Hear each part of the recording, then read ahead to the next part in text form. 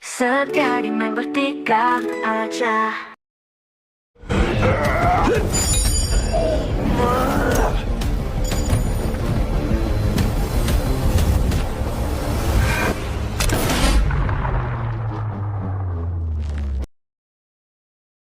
A man was assaulted in Kabukicho today around 4 p.m. Berlatar belakang di sebuah kota di Jepang, yaitu kota Kabukicho, di mana saat ini warga Jepang, khususnya di kota ini, telah diresahkan oleh kemunculan beberapa orang yang aneh, tidak diketahui identitasnya, beringas, tak terkendali, dan sangat di luar pemikiran manusia manapun. Melalui tangkapan kamera, mereka terlihat sangat tidak biasa, mampu melawan banyak orang, melemparkan barang yang besar, bahkan sebuah mobil. Dan bahkan yang lebih edunnya, orang-orang itu tiba-tiba naik ke atas gedung lalu melompat dari ketinggian 20 meter, tapi nggak mati. Mereka malah kabur hingga membuat pihak kepolisian kesulitan untuk mencari informasi yang pasti dengan apa yang sedang terjadi di kota ini. Dan mari saya perkenalkan kepada Anda semua, seorang detektif swasta yang bernama Ryo Saiba. Ini dia orangnya, di mana Ryo yang disuruh mantau mengawasi pergerakan beberapa orang di salah satu gedung yang ada di sana, kelakuannya malah kayak anak dajal, yang dimana ketika dia seharusnya bekerja untuk kliennya, malah ngintipin cewek-cewek lagi mandi di sauna. Di sisi lain, salah satu rekannya yang bernama Makimura, yang seorang mantan polisi, sangat dibuat jengkel sama kebiasaan buruknya si Ryo, yang mata keranjang. Di mana mereka yang bekerja melalui pesan yang ditulis oleh orang-orang pada sebuah papan tulis bertuliskan XYZ. Kali ini mereka mendapatkan orderan dari seorang wanita cantik yang bernama Ayami untuk mencari keberadaan adiknya yang hilang yang bernama Kurumi. Kekhawatiran kakaknya itu sudah dilaporkan ke kantor polisi, tapi karena polisi di kota ini kerjanya lemot, nunggu viral dulu baru dikerjain, udah habis duit banyak, tapi belum juga ada hasilnya. Hampir putus asa, sebagai jalan satu-satunya akhirnya dia menggunakan jasa si Ryo dan Makimura untuk menemukan Kurumi adiknya itu. Dan mereka adalah sang City Hunter. You two are the last hope I have, City Hunter. You see them? What about the girl? Yup, I see her. Act quick. Rio, do something. Plan B it is.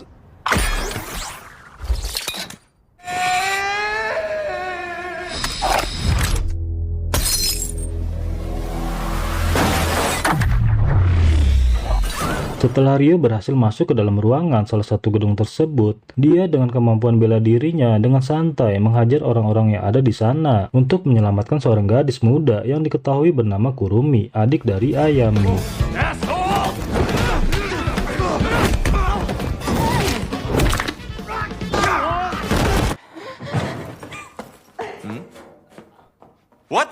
Setelah menghabisi orang-orang itu, Ryo yang berniat untuk membawa Kurumi bersamanya, tapi malah seperti orang ketakutan dan memilih kabur melarikan diri. Lalu Ryo pun mengabari Makimura untuk minta bantuan kalau target mereka telah Namun tidak selesai di situ, mereka dihadapi oleh lebih banyak orang yang ternyata masih satu gerombolan dengan orang-orang yang membawa Kurumi. Jadi mau nggak mau mereka harus menghadapi orang-orang ini walaupun pada akhirnya Makimura bonyok.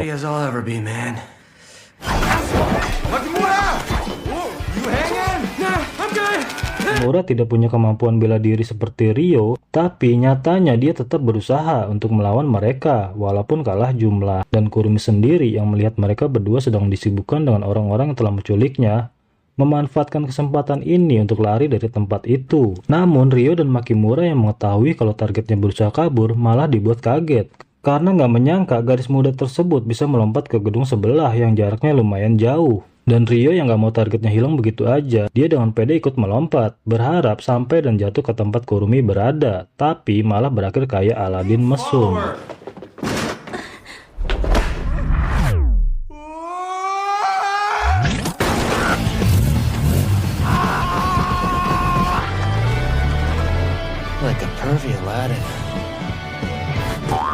Selagi pengejarannya itu, Makimura sempat disibukkan dengan panggilan telepon adiknya yang bernama Kaori, yang hari ini sudah janjian bertemu di sebuah restoran dan akan datang setelah tugasnya selesai.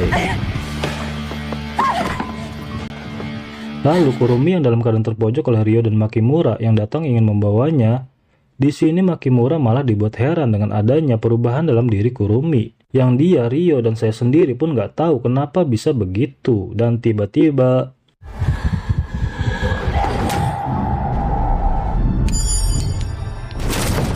Nah loh, tiba-tiba Kurumi berhasil lolos dan sempat meninggalkan benda yang sempat terjatuh. Tapi kesulitan mereka nggak sampai di situ aja. Karena ketika mereka berusaha ngejar Kurumi, langkah mereka terhenti karena ada keberadaan Mbak Saiko, seorang polisi cantik yang memang sedang menyelidiki kasus aneh yang sedang terjadi di kota ini.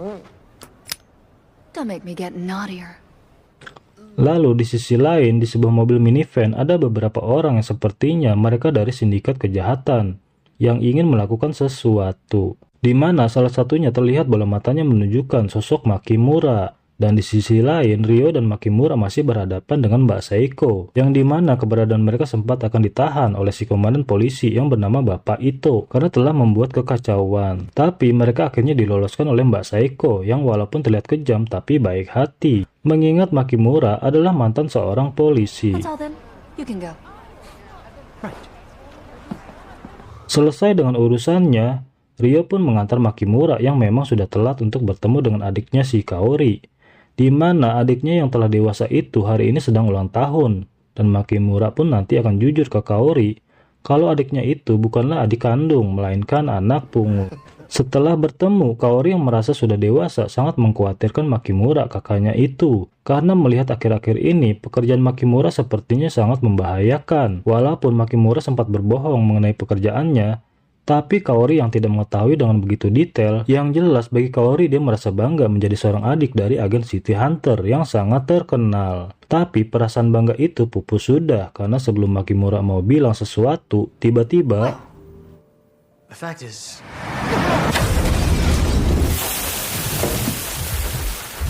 Nah loh, ternyata orang yang kita lihat tadi di minivan ternyata salah satu orang aneh sama seperti Kurumi, yang memang keberadaannya berniat untuk membunuh Makimura. Dengan kondisi yang luka-luka, Makimura masih berusaha untuk membunuh pria itu, tapi sepertinya itu sia-sia aja. Karena orang yang dihadapinya ini bukanlah orang biasa, dan pada akhirnya Makimura pun tewas dengan beberapa kali tusukan di hadapan Kaori.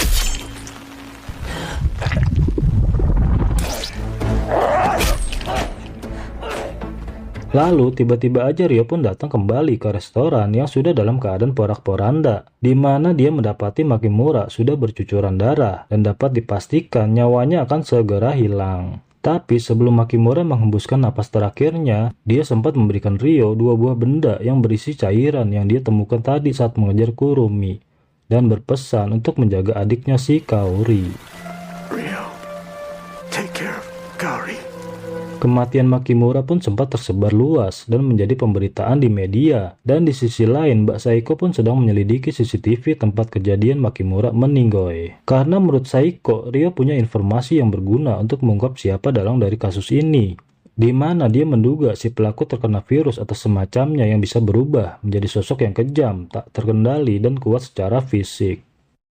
Setelah kehilangan Makimura, Kaori tidak bisa menyembunyikan kesedihannya. Dia pun berencana untuk mencari Rio di tengah keramaian kota ini. Karena bagi Kaori, kematian Makimura penuh dengan tanda tanya. Dan pada akhirnya Kaori pun bertemu dengan Rio, yang sudah jadi kebiasaannya kalau Rio nggak bisa jauh-jauh dari yang namanya wanita cantik. Oh, give me a break. Dan seperti yang Kaori lihat, Rio seakan nggak peduli dengan kematian Makimura, kakak tercintanya itu. Padahal dengan bantuan dari Rio, dia berharap bisa mengungkap dan membalas dendamkan kematian Makimura. Dan Kaori pun dibuat kesal atas kelakuan Rio yang kayak anak dajal. I slept, woke up, and now I'm here. Lalu beberapa jam kemudian, Kaori pun tiba-tiba aja datang ke markasnya City Hunter. Yang entah dari mana dia tahu, tapi yang jelas Rio sangat gak menerima kedatangannya Kaori yang menurutnya sangat mengganggu. Dan Kaori pun mulai mengacak-ngacak markas ini, berharap menemukan petunjuk atau informasi yang dia butuhkan. Tapi yang ditemukan hanyalah video membokep. Tak puas dengan apa yang ditemukan, Kaori pun pergi ke sebuah ruangan, di mana dia menemukan sebuah pistol milik mendiang kakaknya. Dan secara nggak langsung di situ Rio mulai menunjukkan atau ngasih paham ke Kaori kalau dunia Rio dan Makimura sangat berbeda.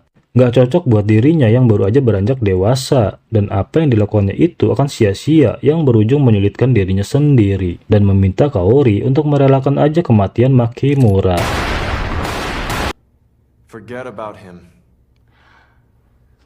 I mean it, for your own good.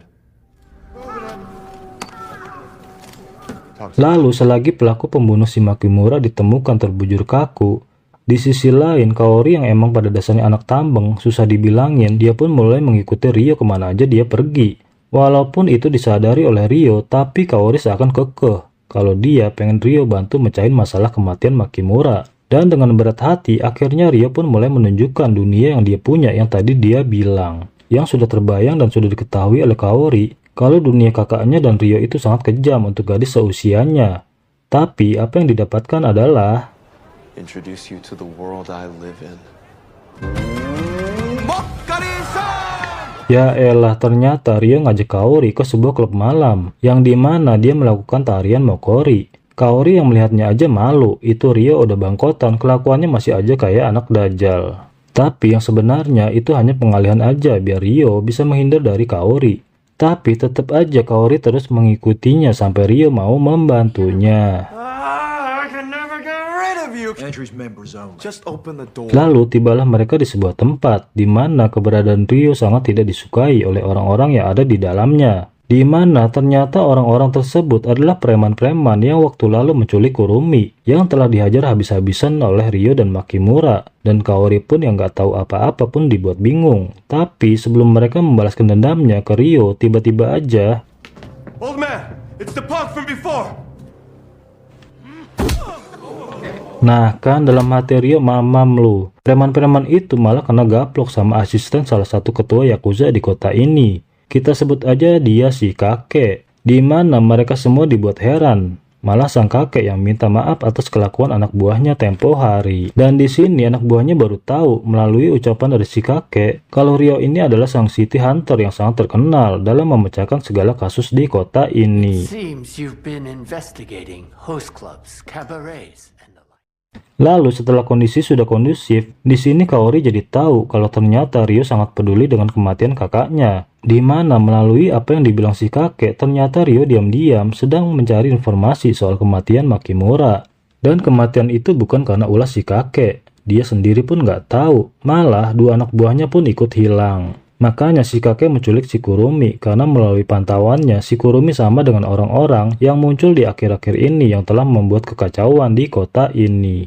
Tapi bedanya Kurumi masih dalam keadaan waras dan masih bertahan hidup. Sedangkan orang-orang aneh yang lain selalu ditemukan dengan kondisi mati. Sama halnya dengan pelaku pembunuh Makimura yang ditemukan tewas beberapa hari yang lalu. Makanya si kakek nyuruh anak buahnya nyulik Kurumi untuk menggali informasi apa yang sebenarnya terjadi. Tapi muncullah Ryo dan Makimura yang mengacaukan semuanya. Jadi untuk saat ini si kakek nyuruh Ryo untuk meneruskan penyelidikannya. Dan dia akan membagikan informasi yang dia tahu ke Ryo. You mean go on? We were just getting to the bottom of it when you two got involved. Namun si kakek bos Yakuza ini pun punya pendapat lain. Kalau kemungkinan ada orang di luar sana yang dengan sengaja melakukan eksperimen dengan obat yang sangat berbahaya. Dan musuhnya Ryo kali ini bukanlah orang biasa. Jadi si kakek minta Ryo untuk berhati-hati. Lalu berkat informasi dari si kakek, Kaori yang sok tahu mulai mencari keberadaan Kurumi. Berbekal foto yang diambil dari si kakek Yakuza, Kaori mulai nanyain orang-orang yang ada di sekitarnya. Walaupun kelakuannya itu sangat ditentang oleh si Ryo, karena nggak mungkin orang-orang itu memberitahu keberadaan Kurumi. Tapi selagi mereka ribut, tiba-tiba aja No way they're going to tell you. nah ternyata si Kurumi tiba-tiba aja muncul dan Kaori yang melihatnya lantas menghampiri Kurumi. Dan lagi-lagi Ryo dibuat kesal atas ulahnya yang main ngacir aja. Dan apa yang terjadi malah si Kurumi kabur karena takut akan ditangkap dan kejar-kejaran pun terjadi. Dan pengejaran mereka sampai pada ke sebuah klub malam di mana Kurumi tiba-tiba aja dihadang oleh seseorang berbadan tinggi besar dan dia pun dibawa oleh orang itu di bawah ancaman senjata. Tapi di sini Ryo sekali lagi menunjukkan keahliannya dalam menembak yang sempat membuat Kaori terpana. Dan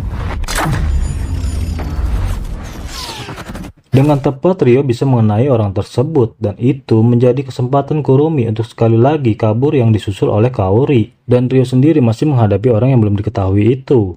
Tapi tiba-tiba aja dia diselamatkan oleh rekannya yang seorang wanita. Lalu akhirnya Kaori bisa mendapatkan Kurumi yang dimana saat dia dalam keadaan lemas tak berdaya, kita akan dibawa ke dalam pikirannya ketika dia tertangkap dan menjadi bahan eksperimen oleh orang-orang yang tidak dikenal.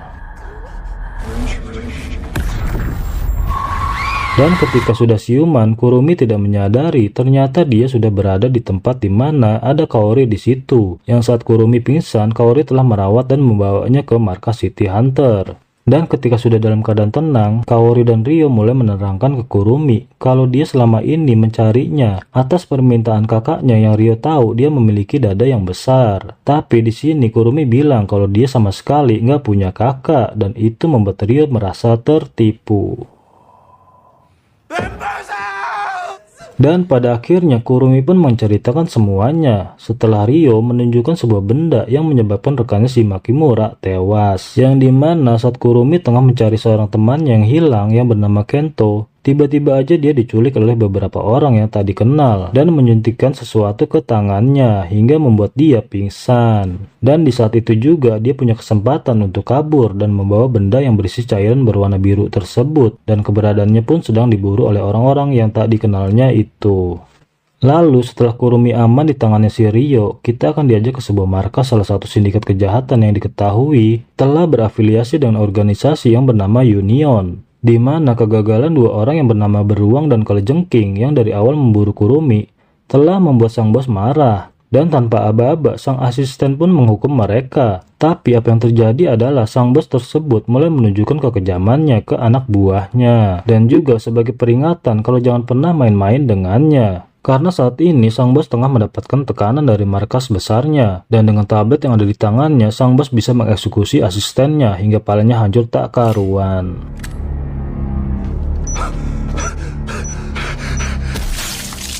I need you to bring me the last piece of the puzzle. Lalu di sisi lain kembali ke Ryo yang dimana saat ini dia tengah bertemu dengan Mbak Saiko. Dimana menurut laporan analisis yang dibawa oleh Ryo, itu sangat cocok dengan pelaku pembunuh Makimura.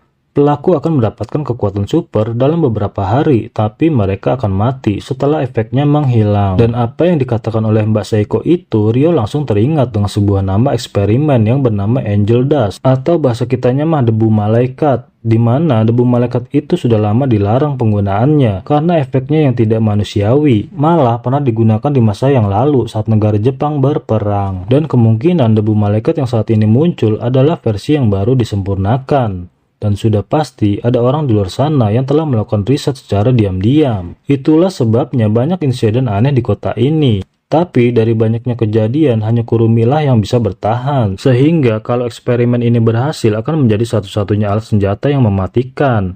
Yang kemungkinan bisa digunakan oleh orang-orang yang tidak bertanggung jawab. Dan sudah pasti menjadi rebutan oleh negara di seluruh dunia. Dan atas pemikiran mereka berdua itu menjelaskan semua kenapa Kurumi saat ini diburu oleh orang-orang yang kemungkinan bukanlah dari sindikat kejahatan biasa, melainkan ada sindikat kejahatan yang mempunyai kekuatan besar. Those two from the club. If you hear anything, let me know. Hold on. Dan setelah mereka saling bertukar informasi, mengingat Ryo ada teman dekatnya si Makimura, akhirnya Saiko mulai berkata jujur tentang apa yang dia tahu melalui berkas yang dia punya bahwa sesungguhnya kejadian serupa telah terjadi pada 20 tahun yang lalu, di mana ada seorang polisi yang diketahui adalah ayahnya Makimura telah menembak mati seorang pria yang tiba-tiba mengamuk menyerangnya. Dari situ ayahnya Makimura mulai mengadopsi anak dari pria tersebut yang bernama Kaori. Atas kejadian itu ayahnya mulai menyelidiki kasus aneh tersebut dan diteruskan oleh si Makimura. Itulah sebabnya alasan kenapa si Makimura menjadi seorang polisi.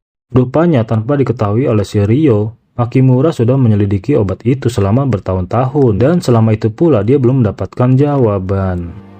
For years, he looked for the drug that drove the guy nuts. He never found it.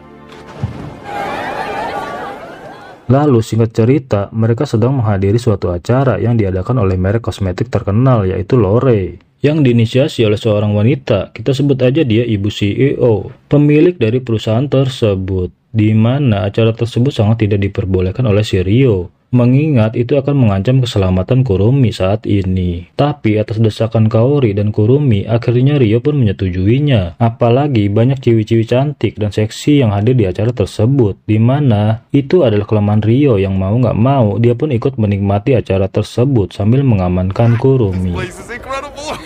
Sorry to reach out late. I'm a huge fan of yours. Mina, thank you. Howdy. I am Milk's new manager, the stallion of Shinjuku, Ryo Sayaba.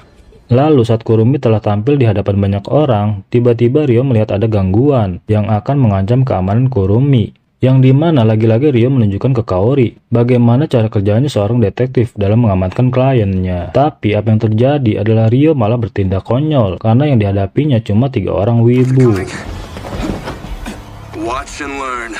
This is how a pro. 1, 2. I can't see. Get out of the way! Sucks to be you, huh?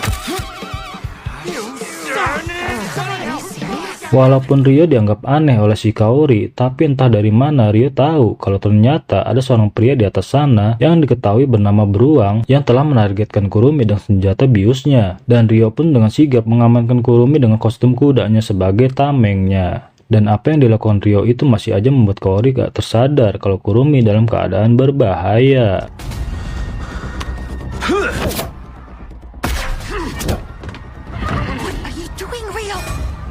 Dan pada akhirnya Ryo berhasil menyelamatkan Kurumi. Tapi langkahnya terhenti ketika ada seorang wanita bernama Kalajengking, yang ternyata itu adalah wanita cantik berdada besar yang waktu lalu mengaku sebagai kakaknya Kurumi, di mana Ryo mau nggak mau harus berhadapan dengannya. Help her. Find my sister.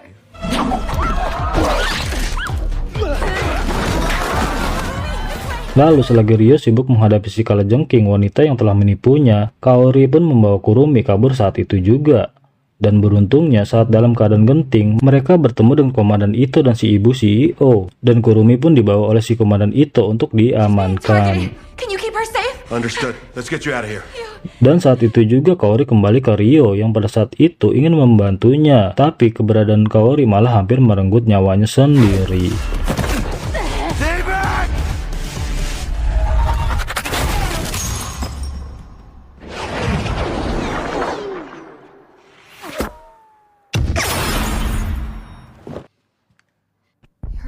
Lalu setelah Ryo berhasil menyelamatkan Kaori, kembali Ryo bertarung dengan si Kalajengking, yang dimana ini adalah kesempatannya untuk menggali informasi tentang siapa mereka sebenarnya. Dan pada akhirnya si Kalajengking pun berhasil dilumpuhkan dan dibawa oleh Saiko ke kantor polisi. Who's this group you're with? Give it up, will you?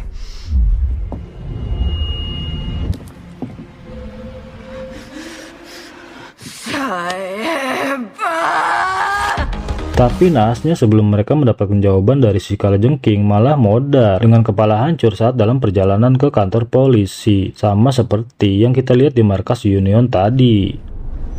What's wrong with you? For the good of the Union. Huh? About time you got here.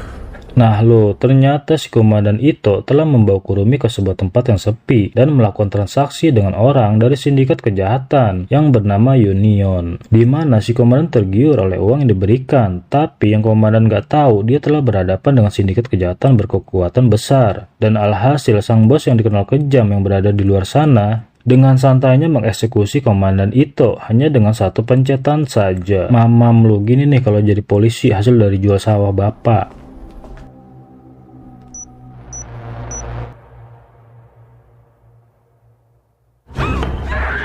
Singkat cerita, setelah Kurumi berhasil dibawa oleh sindikat kejahatan Union di markasnya City Hunter, selagi Ryo mengobati lukanya, dia pun menerima panggilan dari Saiko yang memberitahunya kalau wanita yang dibawanya itu telah modar. Kepalanya pecah secara tiba-tiba yang menurut Saiko ada benda di belakang lehernya, semacam implan yang menimbulkan ledakan. Dan saat ini orang satu-satunya yang bisa mengungkap siapa dalang kekacauan ini pun sirna, sehingga mereka tidak mendapatkan informasi apapun. Hanya kata terakhir yang diucapkan, yaitu Union. Atas kejadian ini, baik itu Saiko dan Ryo pun mengalami jalan buntu, dan Kaori sendiri masih dengan rasa penyesalannya karena telah mengacaukan semuanya. Dan dia pun berusaha untuk meminta maaf kepada Ryo, yang karena kesalahannya Ryo jadi terluka dan Kurumi pun menghilang. Ryo yang dari awal tidak ingin Kaori terlibat pun menyuruhnya untuk pulang aja karena dia teringat akan pesan terakhirnya Makimura yang berjanji akan menjaga Kaori. Tapi bagi Kaori dia malah nggak peduli, justru Kaori yang merasa bersalah tidak bisa menjaga Makimura kakaknya itu, dan dia sendiri nggak bisa berbuat apa-apa.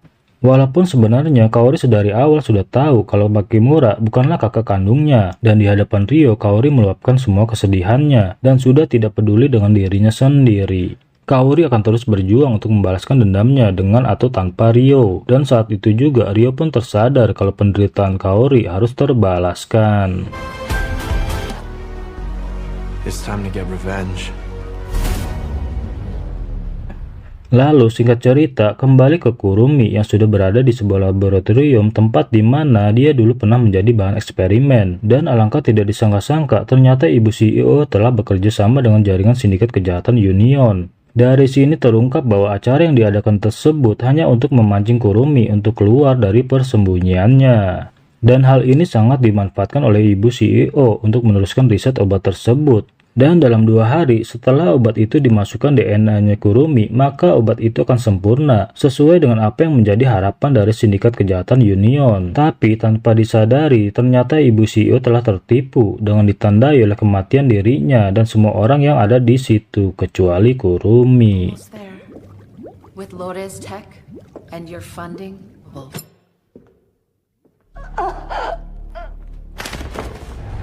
For the good of the Union.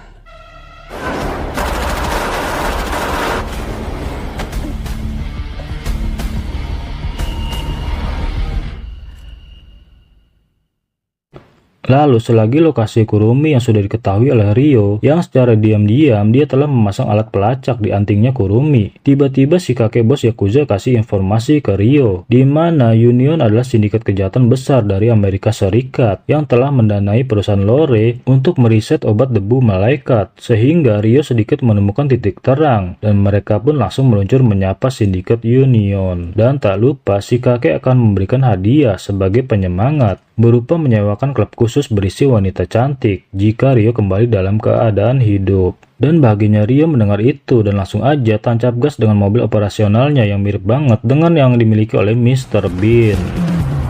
Setelah tiba di lokasi, ternyata sudah terlambat. Ryo dan Kaori hanya menemukan sisa-sisa mayat yang telah bergelimpangan. Tapi itu tidak menyurutkannya, karena di tempat lain yang masih terhubung dengan lokasi saat ini, dia pun tiba-tiba terjebak oleh situasi di mana mereka terkepung oleh belasan orang dengan perlengkapan senjata yang lengkap. Dengan situasi ini pun Ryo masih aja berkelakuan konyol, padahal kematian sudah ada di hadapannya.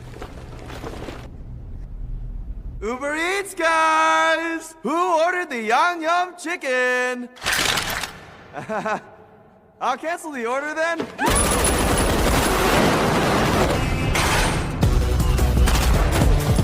Nah, Ryo sang City Hunter, seorang detektif handal mampu melawan belasan orang tersebut. Dengan kemampuan yang dia miliki, satu persatu pasukan bersenjata itu dilumpuhkan dengan mudah tanpa hambatan, di mana tembakannya selalu tepat sasaran dan aksinya pun membuat mereka terus berguguran.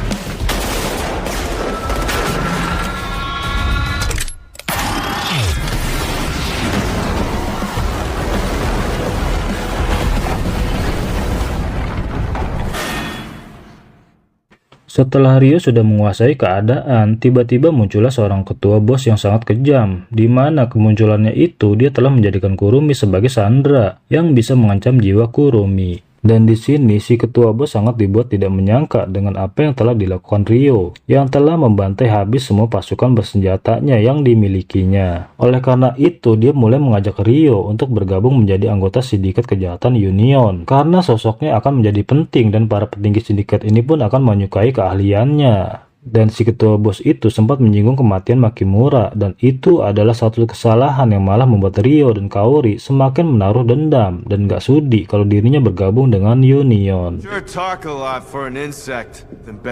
Tapi selagi Ryo ingin membunuh si ketua bos itu, Dia dikejutkan oleh si beruang yang sudah bermutasi menjadi sosok yang kuat dan tahan banting. Dan akhirnya Ryo pun terpaksa harus menghadapinya selagi Kurumi dibawa oleh sang ketua bos itu. Ryo yang sedang disibukkan oleh si beruang itu menjadi kesempatan Kaori untuk mulai mengejar sang bos ketua yang telah membawa Kurumi bersamanya ke sebuah ruangan rahasia di mana sudah dilapisi kaca anti peluru. Dan Kaori sendiri pun gak bisa berbuat banyak, padahal orang yang menjadi dalang pembunuh kakaknya sudah di hadapan matanya. Dan di sisi lain, Saeko dan para polisi telah tiba di lokasi perusahaan Lore, dan Ryo sendiri masih sibuk menghadapi si beruang, di mana dengan aksi heroiknya, dia telah berhasil melumpuhkan si beruang dengan membenamkan granat tangan ke mulutnya.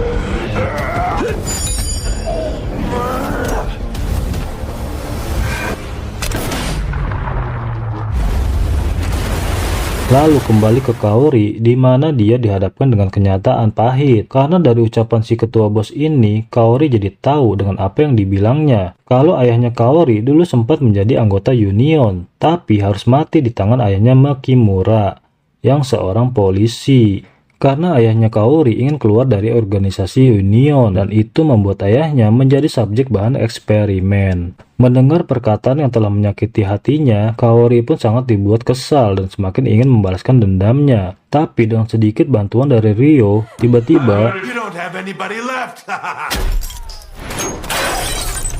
ya, akhirnya kaca anti peluru itu berhasil ditembus oleh pistolnya Ryo, dan lagi-lagi dengan aksi heroiknya, Ryo pun langsung menerobos kaca tersebut dan dengan mudah melumpuhkan si ketua bos kejam itu. Lalu tibalah mereka di situasi di mana Ryo akan mengeksekusi sang ketua bos itu, tapi di sisi lain Kaori pun turut mengacungkan pistolnya dan bersiap untuk membalaskan dendamnya. Tapi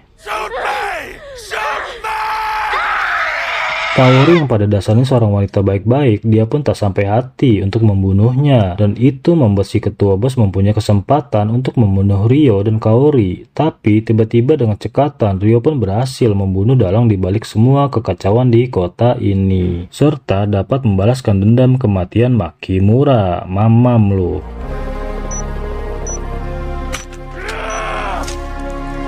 Di akhir film, setelah semua yang terjadi, akhirnya di hadapan makam Makimura, Kaori pun bisa hidup tenang karena dendamnya telah terbalas. Dan Kurumi pun telah sukses menjadi influencer sekaligus menjadi brand ambassador di salah satu merek kosmetik terkenal.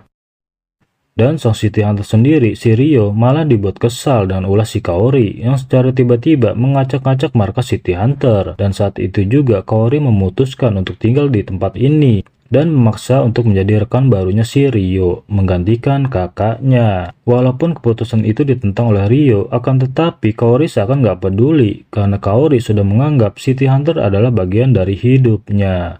Dan film pun berakhir, tamat.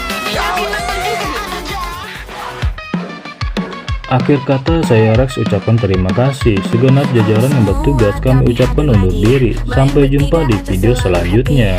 Bye-bye.